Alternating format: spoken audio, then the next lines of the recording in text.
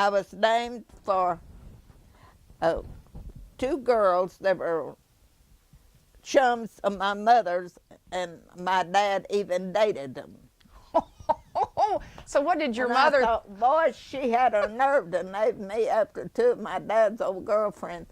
Well, really, my dad's older sister that did not survive's name was Mae. Okay. And my mother's own mother's name was Mae. So Mae is a family name. All right. Well, that's neat. I think that's funny, though, about the girlfriends. Yeah. I like that. You know, there was two girls. They were sisters, one named Una and one named Mae. And my dad dated one of them, and they were friends of my mother's.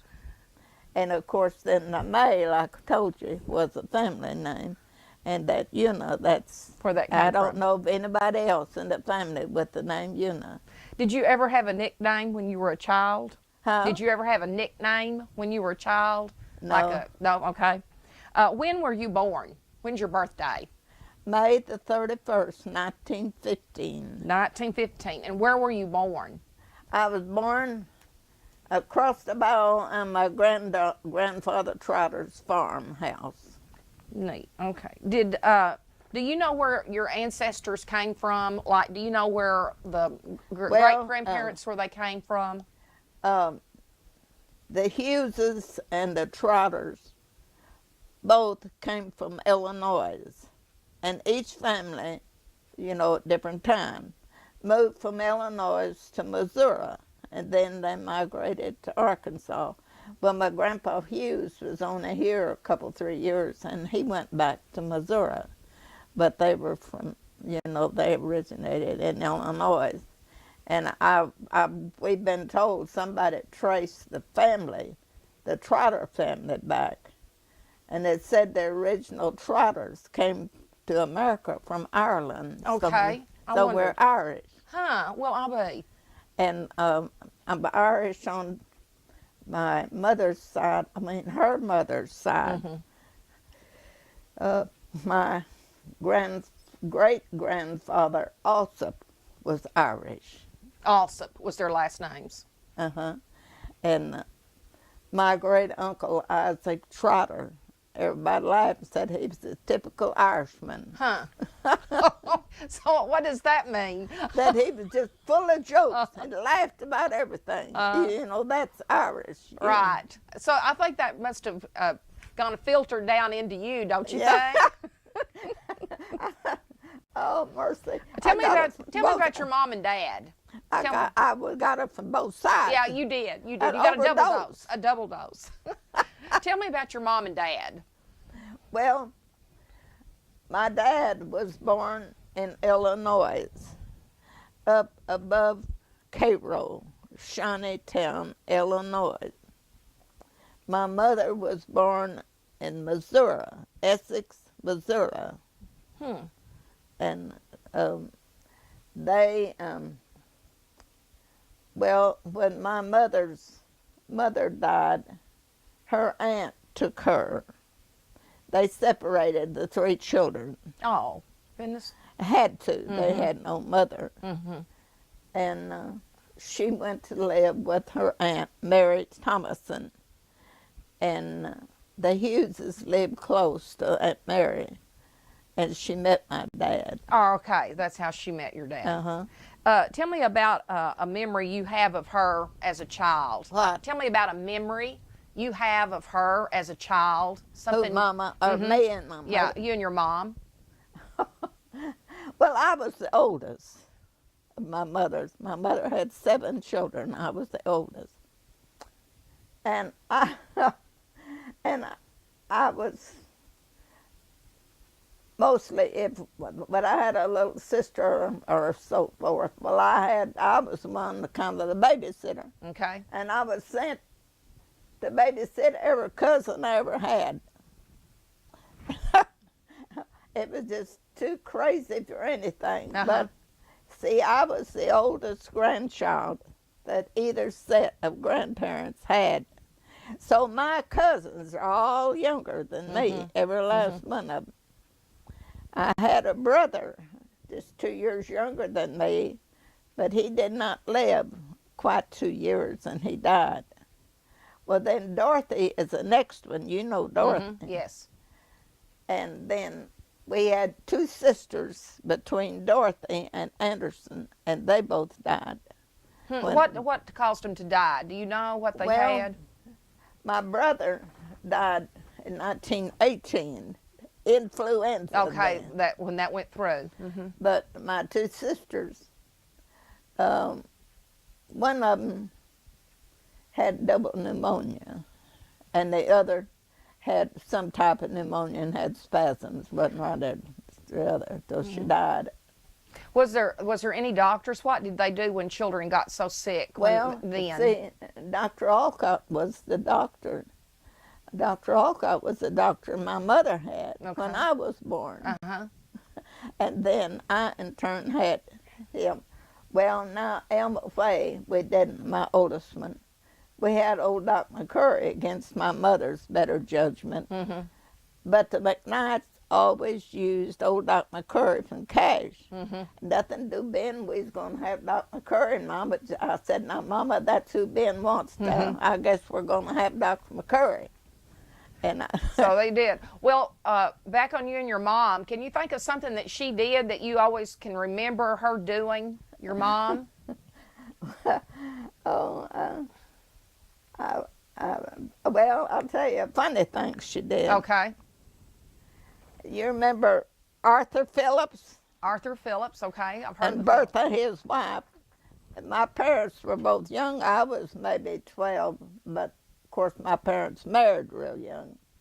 And so they was playing play party games, they called it. So Bertha and Mama decided they'd play Choose the Queen. Have you ever heard of that? No. Well, they put 2 chairs well, there's a space, and they put a heavy quilt over the chair, so, you know, it just looked like one long seat. And they had this old boy to come in there to choose a queen. Well, they knew what they were going to do. And we come in there to sit down and choose a queen. They got up, and he hit the floor. Oh. Banged his head and kind of addled him and scared them both. I said, Yeah, so he sat down in the middle then, and when they got up, and he fell right through the middle. Yeah, that's pretty funny. Can you think of a memory about your dad? Something you remember about your dad? Oh, I remember Dad telling about my dad was full of it, and he said they was having at an old country church, and somebody had a bunch of goats, and this old Billy goat, this is sure as they be church, here come old Billy, and he'd walk right up to the door, this old goat would. Of the church? And then Dad and that bunch of boys thought how funny if they put some high life on him. Now, what is high life? Well, well, they called it dog push. I don't know what it was. Okay. But anyway, that's what Dad called it, dog push. And anyway, they'd put it on an animal, and they'd just go wild. Well, that boy, my dad done it. He slipped up and put that down that old goat, Billy Goat's back, and Dad said he just, and he hit it right down the middle of the aisle of the church. And they tied their horses out because they was going to get away. You know, they didn't want anybody to know they'd done it. And the people were jumping out the windows now. Because he was going crazy? They thought that goat had rabies. Gone mad. I'll bet they thought it had rabies, probably, because it was acting that way. Oh, gosh, I do remember your dad, and I think I remember him being a practical joker. Oh, I said, my mama would say, well, Guy, you hadn't ought to tell stuff like that. These kids, one of them would try. They may try it, too. Well, I guess if my oldest brother had lived, he probably would, but my oldest brother didn't live. And, of course, before I had another brother, I was 13 when Anderson was born. And he wasn't nothing but a spoiled brat, you know. So because he was the precious baby boy? That was why? And I'll tell you what I did to Anderson. Mama was always leaving me with them blame kids. You were the babysitter. She went off over to Grandpa's, and Anderson started bawling, and we couldn't get him to stop. So I said, Dorothy, I heard Mama talk about making sugar tits, so I'll make them. So how do you make those? I didn't know how to make it, All right, so but I made it. So how did you make it? I want to know.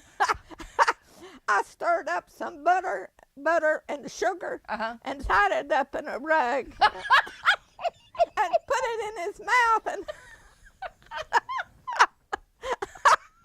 Well, did he suck? yeah, he was crying. And oh boy, he went after that. The sugar tit worked then, didn't it? Yeah. Well, and Mama come in, and she threatened to thrash me. But I said, Mama, I've heard you talk about making sugar tits, so I thought I'd. Well, so you made it up. Did you have any idea how to make it, or did you just kind of make it up? I just made it up. It worked, though, didn't it? Yeah. Oh, that is so funny. What did your parents do did your dad farm? Is that what did he farm? Well, I tell you, for years, we lived over here on this side of the bow, and he worked for these rice farmers, Okay. you know, on the farm. And you know how they did back, he just did whatever's necessary on the farms. We lived up on the Patterson farm for years. You know where it is? I think so. I think I remember where the home place was. Well, Jesse Phillips finally got it. And Dad's main job was to take care of the livestock. And back then, they pulled plows with teams, horses and mules, and they pulled combines with them. And Dad's main occupation was to take care of the livestock. So whenever they did have harvest, would he be the one that would make the work the animals? And Mama we lived in that big house up there, big 2-story house. I remember that house. And they had the farm hands all lived there in the house with us. And so they lived there too? Yeah. And Mama cooked for all of them. So how many of you were in the house? About how many of you were living in that house then? Well, there was usually 3 or 4 guys that stayed there, and then our family. It was a big house. There was I remember that house. It 4 was rooms downstairs and a pantry and what was supposed to be a bathroom, but of course they had no running water. And there was that many bedrooms upstairs. There was a 2-story house. Okay. Oh my! What are some important things that you think you learned from your parents? What's something you learned from your parents? To work, that I was supposed to work and earn my living, and everybody, and and Mama always said, we kids act like, well, who ever heard of a kid getting tired? But I believe to learn children do get tired. But my mother was a go-getter boy, and she said, whoever heard of a kid getting tired? But so you all did have work. Do you remember your grandparents at all? Do you remember them? Tell me about them.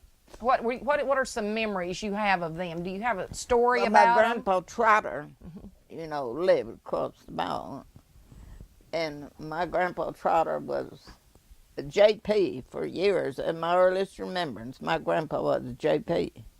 Justice of the Peace? Justice of the Peace, yeah.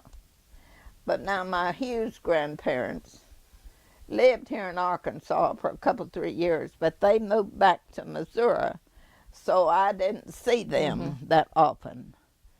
One time I would think I was 7 or 8 years old, and we lived on the Patterson farm.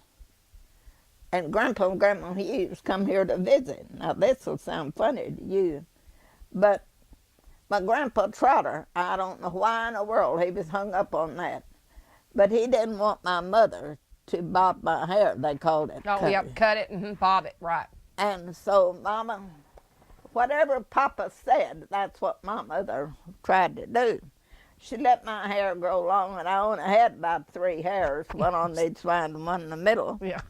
And my hair was long, and I'll never forget my Grandpa and Grandma Hughes. Dad come to Wiener, met the train, And Grandma didn't get her coat off till she looked at my mother and she said, "Why, Cora, what in the world do you mean? Why haven't you done something to that child's hair?" Mm-hmm.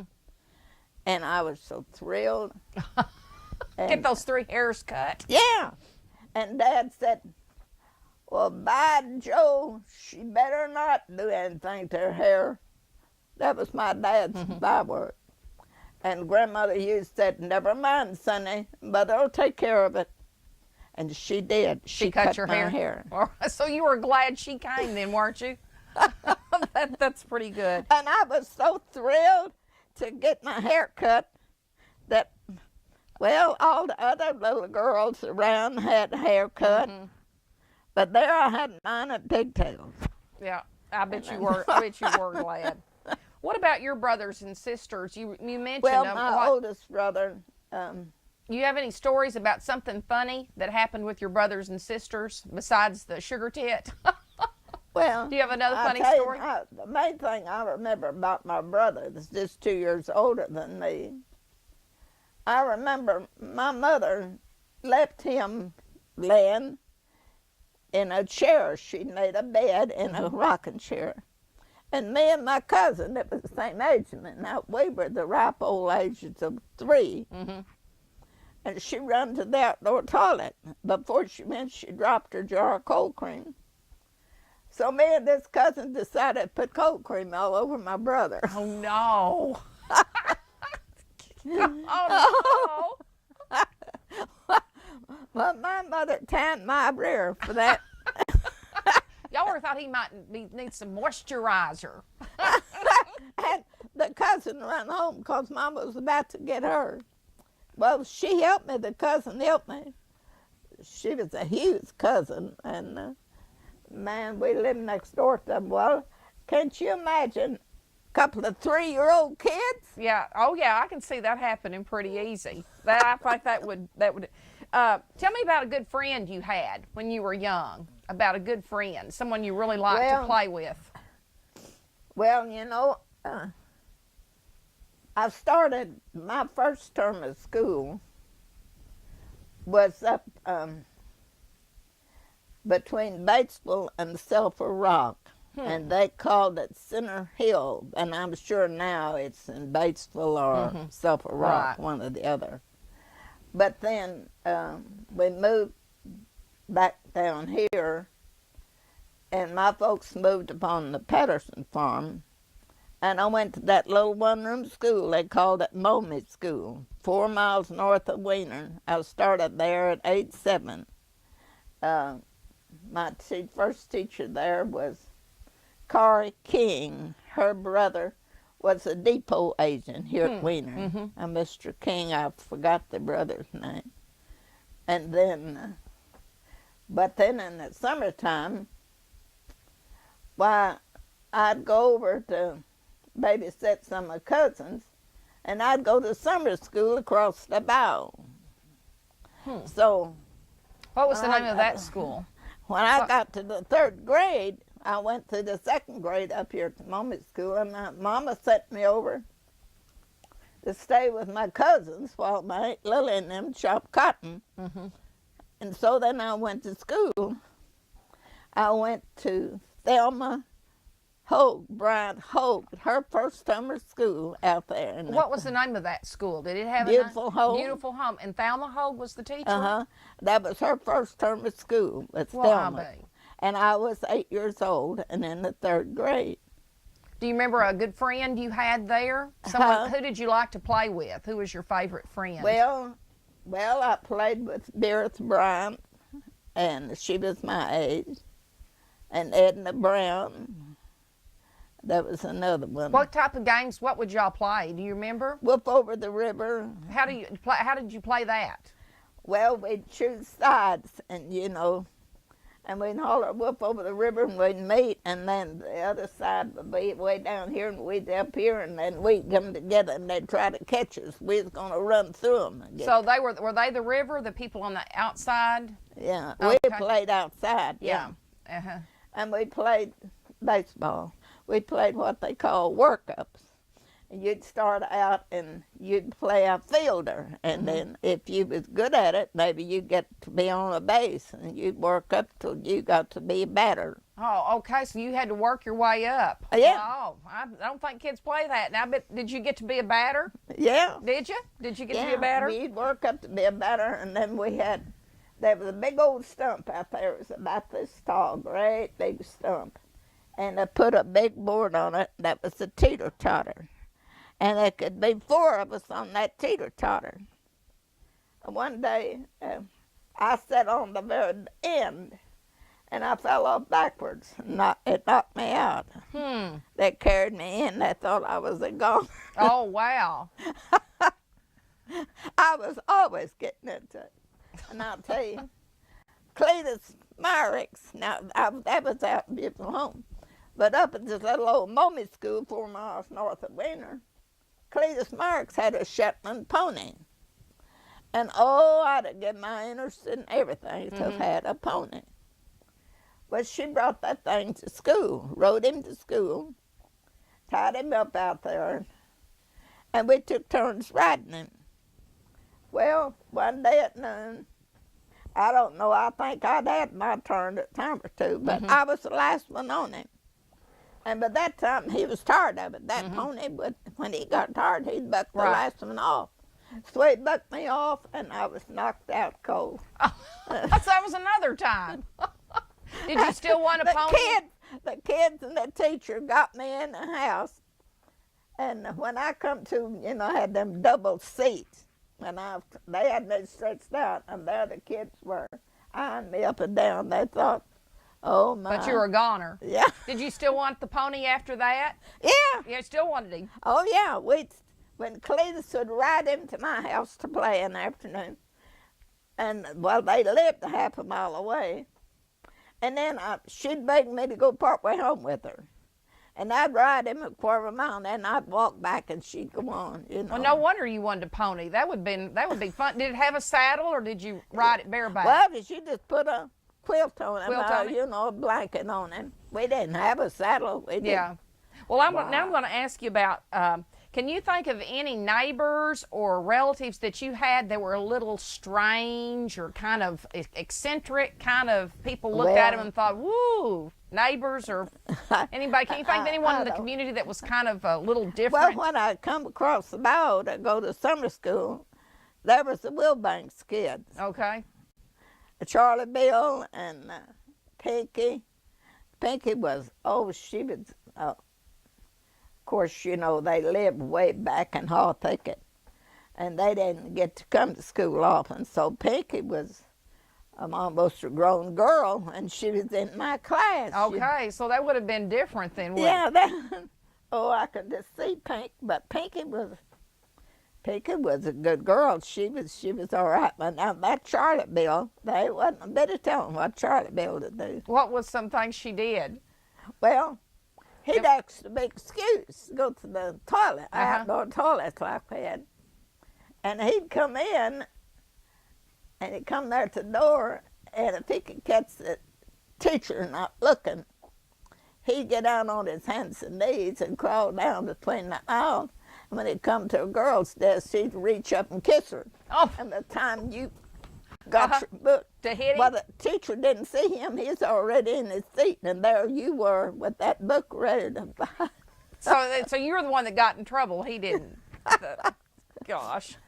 Okay, I'm going to ask you about something else, too. Do you remember the Depression? Oh, yeah, very well. Tell me about what you remember about it and how it affected your family. Well, I'll tell you, my dad had to go to work on the WPA. At first, he just got out there and worked on a road that wasn't WPA, and we got some split beans and some cracked rice to eat. Of course, we had cows, and we had plenty of milk and butter. And my mother had canned, and of course, and when it's summertime, we had a garden. So so you lived off your garden. You had food then. We were not hungry. Right. And then in the winter, Dad would would get some rice and take it, have it milled, so we had wet rice. And to cap it all off, back then, you never heard of rice being fixed in a way, on just boiled, and you eat it with sugar and cream. Okay. And that was our breakfast cereal, rice. Mm-hmm. Of course, we always had cows. We had milk and butter, and that made a difference. Could you tell a difference in anything else besides your food during the Depression? I mean, like, I know that probably people didn't spend a lot. You mean during the Depression? Yeah, right. Well,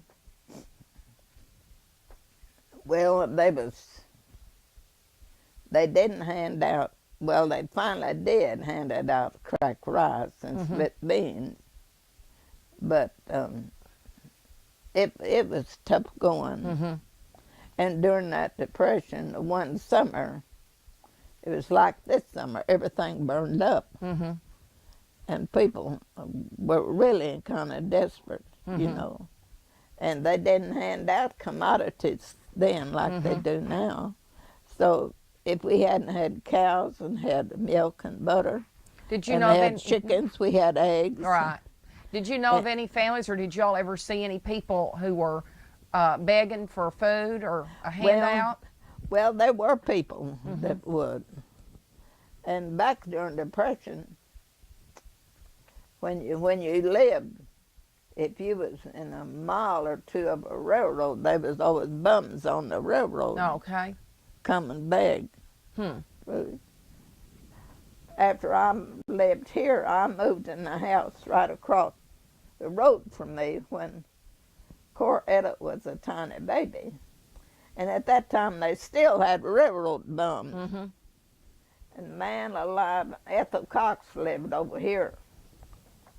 And I saw this guy coming. I thought, oh man, he's heading for my house. So I grabbed up my kids, and over to Ethel's I went. And here it comes, begging for food. But you don't hear that anymore. No, you don't. But, did you ever go but shopping? I'll tell you, Okay, go ahead. one time everybody here in town thought it was a bum coming here on a freight train. Looked like a bum. And he got to inquiring as to where my dad lived. He was my dad's own cousin. Well, but he was with the FBI. He was dressed just like a bum. Huh. And they told him, and he went out to my mother's, and it took off that garb he had on, and he had a lawman's uniform on under that. All he had to do was pull that back, and there he had that big... Was he riding the trains to try to find people that were like these bums, or what was he? Well, why was he here? They did that to catch bums. Okay, I see. Huh. He was an officer. Uh-huh. Well, Oh, mercy. Yeah. Did you ever go shopping with your mom, or your mother, when you were a child? Did y'all ever go shopping? Well, yes, I mostly would go. Well, see, I was the first and oldest grandchild either set of grandparents had. And my brother, just younger than me, didn't live quite 2 years. So I come to town with them, and I tell you, Grandpa and Grandma Trotter would bring me to town. And guess where Grandma always wanted to go? Where is that? Over to Grandma Head's. Do you know who I'm talking about? Yes, I know who that is. Grandma Head. That would have been my great great-grandmother. Right, that's right. And the reason why I wanted to go to Grandma Head, she had a parrot. Oh. And I loved to hear that old parrot say, Polly wants to Huh. What color was the parrot? Do you remember? I don't remember its colors. I guess he just... Oh, how funny. What stores were here then? What places were here? Well, see, there was Day Goods on the south side. There was... What did they have in their store? Well, Day Goods just had a little of everything, there. I remember them having a big old round deal. They had a big block of cheese on it, and you just whack down a piece of that cheese. See, there was Day Goods, and then down the road, the street there was Miss Snyder's. She had a variety store. What and kind of a things? She'd just have drugstore, lots of things in there, and too? McDaniel's. That was L.T. McDaniel and Son had a big store. They had the biggest store. Now, that was on that South Street. And, of course, across the railroad track over there, the Fowler's big store there wasn't there. But now, Huber's store was down here on the corner. That was there. What did they have in their store? Well, they had this line of groceries. And if they gave me a nickel, I wanted to go to Franklin's store because he'd give me a bigger sack of candy for a nickel. He had the best buy, huh? Yeah. Oh, yeah. Franklin would give me a sack full of candy for my nickel. And but did all those stores have about the same thing in them, or did some of them have stuff that yeah, the others well, didn't see, have? back then, they wasn't. That old store's building's still there where Franklin's store was. But them other stores down the line there weren't there. Mm-hmm. And Grandma Head's store was over here where the lodge hall is. Okay. That was Grandma Head's store. Okay. I know you know who I'm talking about. Yeah, I do. I have some pictures of her, actually. Grandma Head. Tell me about the first funeral you remember going to. I don't. I was trying to think. I guess it must have been to my Uncle Isaac Trotter's. That was my great uncle. I guess that, and What do you remember about that? Thinking about they it. had Mr. Deacould come out and conduct the funeral out there at the house. Mm-hmm. And then they loaded everything in the wagons and brought it here to town and buried him. And I'll never forget it because they were fixing to lower that casket into the grave, and somebody was screaming up here at the gate to the cemetery, screaming top of her voice, I want to see my daddy. And it was Uncle Isaac's oldest daughter that hadn't made it in time, and they were fixing to lower that casket.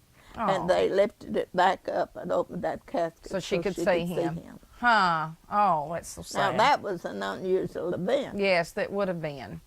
That's sad. That was my great uncle, my Grandpa Trotter's brother.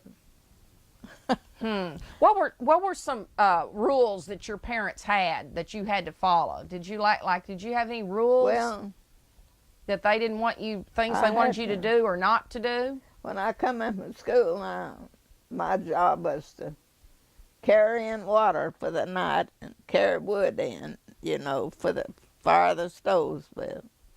And so after I got older, well, I'd have to get out there and pump water for the cows to drink, So you worked. I worked. You worked. Yes, I did.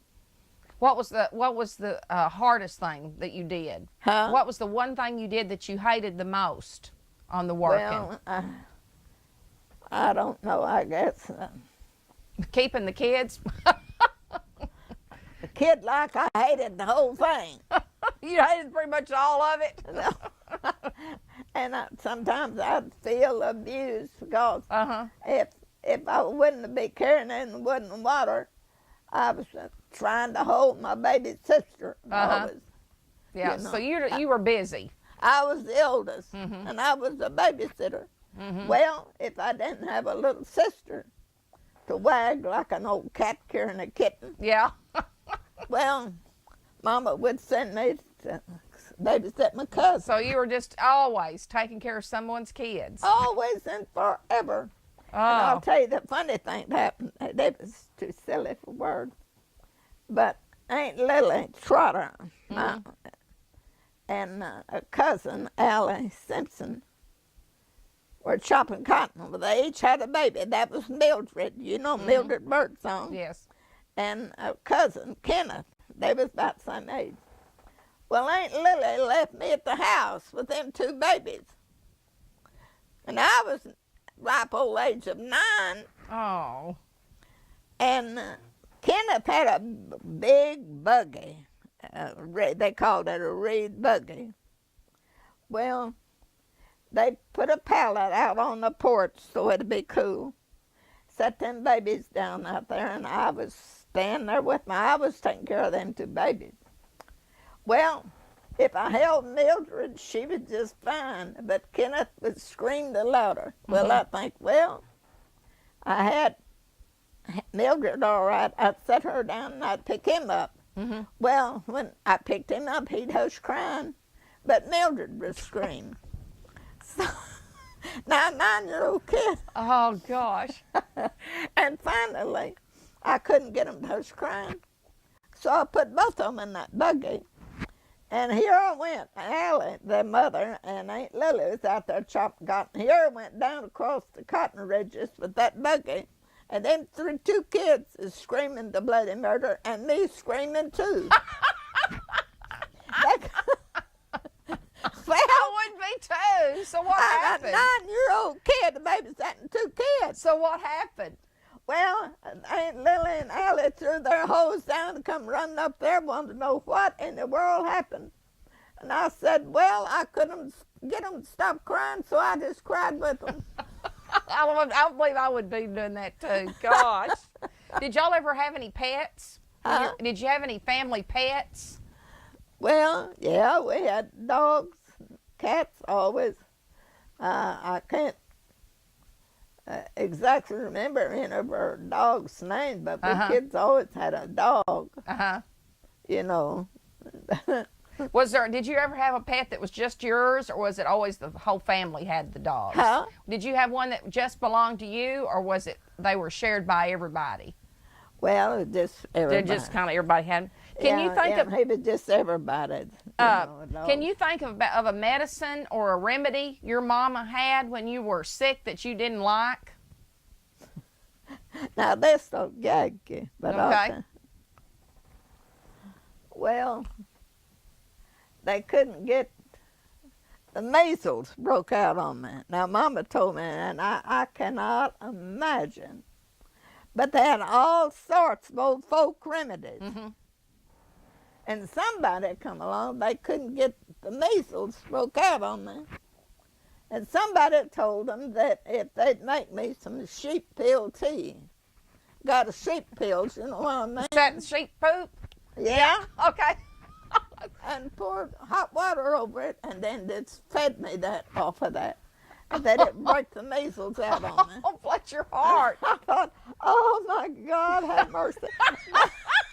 So did you have to drink? Well, they said it worked. The measles come out on me. But I'll tell you, Patricia, they had all kinds of stupid remedies. What were some more of them? Can you think of any more? Can you think of any more of the remedies? Oh my, that was the worst. And I can't remember what they gave me mullein tea from. Do you know what mullein is? No, what is that? Well, it's a big old plant. Well, let's see. I haven't seen any mullein around here, but when it goes to seed, it go up on a big tall stalk, the seeds will, and they got that mullein roots, dug that up and boiled that and put honey in it for some reason. Oh, Lord, I can't remember all the things they gave me. So they were just remedies that they heard they just would work? doctored suit themselves. Did any of you well, kids? whatever somebody said, and that's like that sheep pill tea. They just poured hot water over them sheep pills of all things. Yeah. Well, did any of you kids? I guess it'd break out anything. Oh gosh. Well, when y'all were growing up, did any of y'all ever get hurt really bad? Did anybody ever get injured really bad? I really didn't, but Dorothy, she's going to show me how to use a chopping axe of all things. And she chopped a big hole in her leg like that. Mama and me and Dorothy was down there. We was going to cut and chop a load of wood and bring it to town to get some money. Well, Dorothy cut her leg, and it scared me. We was down. We lived at the first house across after you crossed all the bridges to the bow. Well, Browns lived on farther down the road. And Mama sent me down to Brown's. I run every step of the way down there to Miss Brown's to get some turpentine. And Mama put sugar on that and poured turpentine on it. Sugar and turpentine? Yeah. Huh. On that cut. Dorothy's got the scar on her leg Still to this day. Good day. It should have been sewed up, but people didn't do things like that. Yeah. What kind of toys did you have when you were a child? Do you remember having a toy that you played? A toy? Did you have any kind of a toy when you were a child that you played with a lot? I had. My grandpa made me a little trunk. Oh, it was about so long and about so wide.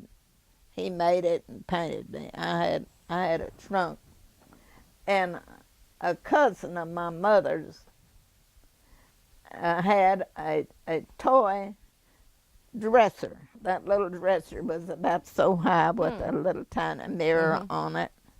I had that. And I've got a little cream picture in here that I had. I'll show it to you. Okay, well, all right, you'll have to show it to me. I'll take a picture of it. The rest of my stuff, well, of course, I left when I married, my toys was left at Mama's. Mama said, if I'd have took my little trunk with all my little goodies home with me, it wouldn't have burned, but Mama's house burned. And I lost what kind of things did you have in the trunk? Well, I had colored pictures that somebody had colored and given me, and I had some beads, and on Valentine's Day one time, Mama taught me how to cut paper and weave. Oh, let's go ahead and stop it. Now, are you ready? Okay, we're coming back to the interview, and all right, and she's going to tell me about her little Mama trunk. showed me how to cut paper and weave them together and make a little Valentine basket. And so I took them to school, and Chester Sentney was always around with us girls. He learned embroidery when Chester did? Yes. Luella, his sister, was my age. And he sat there with us and learned to embroider. Ursa Diggood was our teacher. And she said if our mothers would let us get us up in thread and embroidery, she would teach us to embroider. Well, I was 8 years old. Mama said, I'll bet you'll do a fine job. So she got a little old doily and got me some thread and everything. And I took it to school, and Ursa taught us to embroider. Chester Sentney learned to embroider right when Luella and me did. You know, Luella and I were the same age, and Chester was still older. And he sat around and, oh dear, up there at that little old school, a lot of times there wouldn't be more than 12 of us up there. And I'll tell you, I want to tell you a crazy thing I did. I think I was in the 4th grade. And at that time, the teacher, to have a spelling class, the teacher had the kids stand up in a row to spell. And somebody was at the head. If they didn't misspell, they got a head mark. And at the school, if you had the most head marks, you got a prize. Well, we were standing up there, and I would go to school out across the bow in the summer, and then I'd go back home and go full term. Well, I went to Thelma Bryant Hogue in the 3rd grade. When I went back home, Ursa Gonsalves was my teacher, and I'd already gone through all the 3rd grade books, so she put me in the 4th grade. Well, I was started out in class with Luella Sentney, and it ended up in a class with Chester.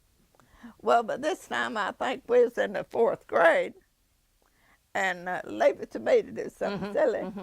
And there we stood. I was at the head of the, I didn't want to miss. Chester was standing next to me and the other kids down. And Ursa gave out the word pass. And then something's going on in the back of the room. She didn't pay one bit of attention to what I said. Well, we're supposed to pronounce it and spell it. Well, I spelled it correctly. Pass. What is that, my phone? Yeah.